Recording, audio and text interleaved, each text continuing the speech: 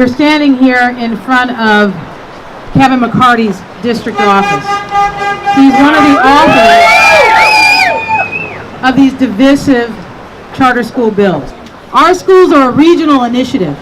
The Sacramento County Board of Education made findings of fact that there is a severe and persistent African American achievement gap in all 13 of Sacramento County's school districts, such that there is no place a black family can go without confronting this achievement gap. That is an alarming reality for black kids in Sacramento County.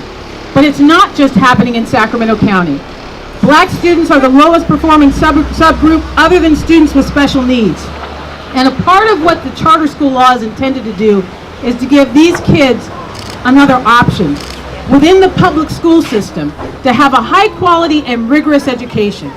And anybody who stands against that, including Kevin McCarty, where 3 of our schools are located, should be ashamed of themselves. Shame! 1505 reforms the charter school authorization, appeals, and renewal process. We are all aware that this is a topic of much discussion inside this Capitol and outside this Capitol. In fact, there are many recent and not so recent media reports about the need to reform the current process, not to eliminate it, but to reform it. Yes, I want to first of all thank my colleagues who have brought this forward. I realize that your heart is in the right place, and so I don't think that's a part of any malicious or plot and plan against, I hope not, against charter schools. As most of you know, I judge everything that comes in on its merit and whether or not it's beneficial to children.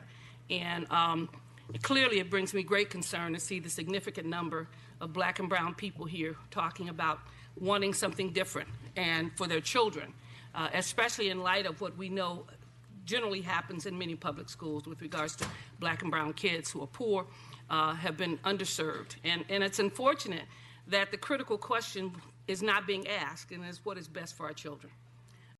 The reason we're here today is because this is a very important day in the history of public education and the fight for educational justice across California.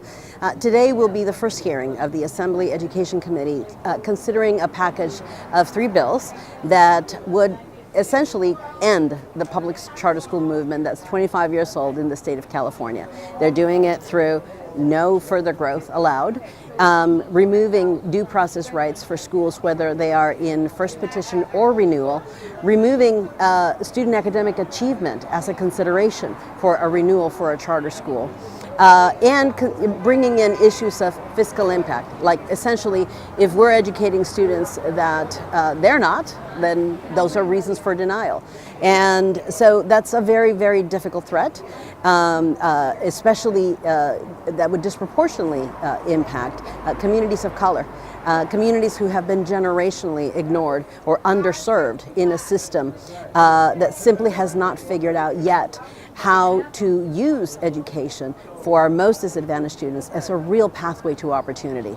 Now, there are good things happening in public schools, in traditional public schools, and we embrace and celebrate those.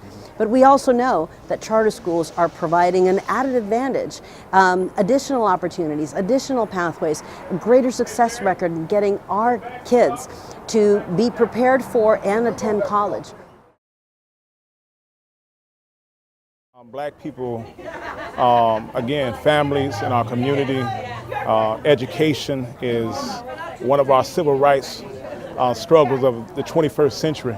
And ultimately, we need to have a voice on all sides. And what we're doing here today is we're standing up for families that have been marginalized. And again, as I said earlier, we're tired of politics. We want to make sure we have some real productive policy that's coming out that's going to be able to help rise charters and tradition. We're not, I understand NAACP has their relationship with the CTA. The reality is we want to make sure we have the voice for all. We want to fight for kids in charter schools and kids in traditional schools. These bills that are being proposed today are going to, again, cap the dreams, cap the hope, cap success as a whole. And so I don't want to put it as a place of saying we're all on different sides, because National Action Network stands for all children, charter, tradition, and we're going to continue to do that.